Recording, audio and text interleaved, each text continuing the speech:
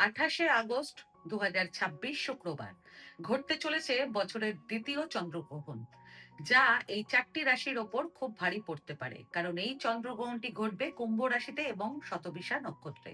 এটি একটি অত্যন্ত বড় অ্যাস্ট্রোনমিক্যাল ঘটনা, কারণ 15 দিনের মধ্যেই দুটি গ্রহণ এবং তার ওপর ব্লাড মুনের পরিস্থিতি। এই কম্বিনেশনটি অত্যন্ত পাওয়ারফুল এবং সেন্সিটিভ। ভারতীয় সময় অনুযায়ী এই চন্দ্রগ্রহণ 28 আগস্ট সকাল 6টা 55 মিনিট থেকে শুরু হবে এবং দুপুর 12টা 30 মিনিটে শেষ হবে। আর এই বছর এই দিনেই পালিত হবে রাখি বন্ধন উৎসব। যেহেতু ভারতে এই গ্রহণ দৃশ্যমান হবে না, সেজন্য এর সূতক প্রযোজ্য হবে না। তাই মন্দিরও খোলা থাকবে, পূজা পাঠও স্বাভাবিকভাবেই চলতে থাকবে এবং রাখি বন্ধন উৎসব নির্বিঘ্নে পালিত হবে।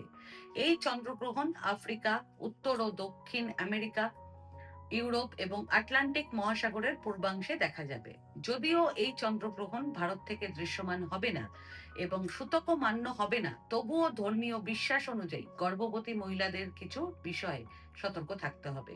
সেজন্য গর্ভবতী মহিলারা বিশেষভাবে খেয়াল রাখবেন, গ্রহণ শুরু হওয়ার পর থেকে গ্রহণ শেষ না হওয়া পর্যন্ত কোনো ধরনের আহার করবেন না।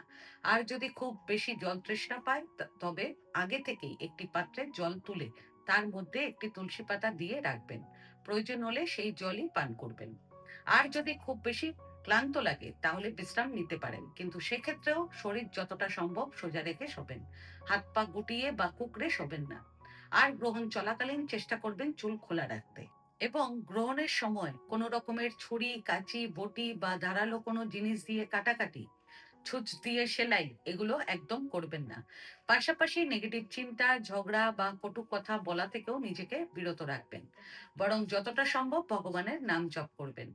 এরপর গ্রহণ শেষ হলে স্নান করবেন। যদি কোনো কারণে তখনই স্নান করা সম্ভব না হয়, তাহলে অন্তত গ্রহণের সময় পরা জামা কাপড় পরিবর্তন করে মাথায় গঙ্গা জল ছিটিয়ে নেবেন। এবার আমি সেই চারটি রাশির নাম বলছি যাদের ওপর এই গ্রহণের প্রভাব সবচেয়ে বেশি পড়বে। সেগুলো হলো সিংহ, বৃশ্চিক, মকর এবং কুম্ভ রাশি।